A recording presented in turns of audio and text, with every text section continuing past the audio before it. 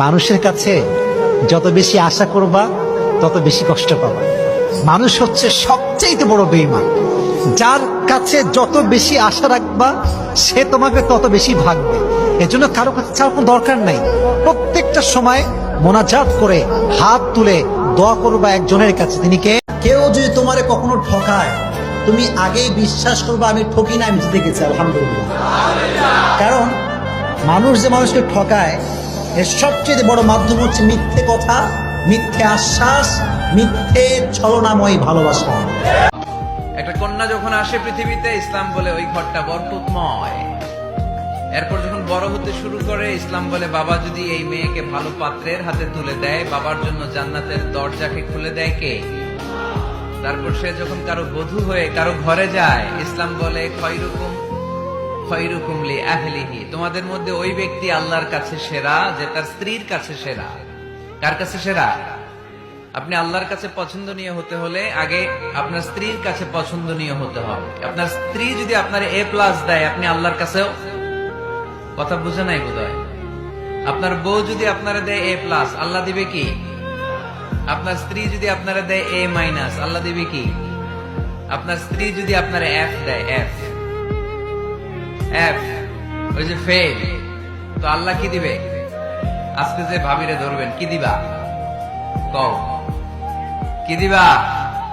হ্যাঁ, ওই যে বিয়া করে নাই A+।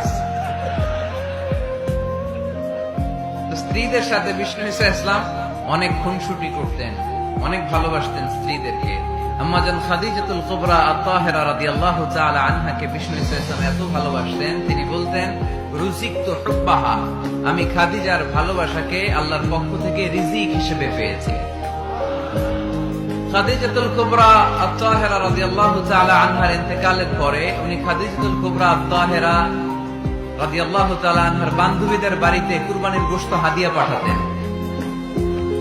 আম্মাজান আয়েশার সামনে যখন তিনি বলতেন যে খাদিজা এমন ছিল, এমন ছিল, এমন ছিল, আম্মাজান আয়েশা রাদিয়াল্লাহু তাআলা আনহা রেগে যেতেন, বলতেন আমরা কত সুন্দরী, আমাদের কথা কন না কেন?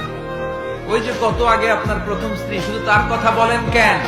বিষ্ণু বলতেন খাদিজা আমার দুঃখের দিনের সঙ্গিনী, তোমরা আমার সুখের দিনের সঙ্গিনী। সুবহানাল্লাহ পড়ো। একটা নারীকে আল্লাহ তাআলা আরশের উপর থেকে সালাম জানিয়েছেন, ওই নারীটার নাম হচ্ছে খাদিজা। বিষ্ণু ঈসা ইসলামকে সব সময় সান্ত্বনা জুগিয়েছেন, সাহস জুগিয়েছেন। এজন্য আমি বোনদেরকে প্রায় বলি হাজবেন্ডদেরকে সাহস যোগাবেন।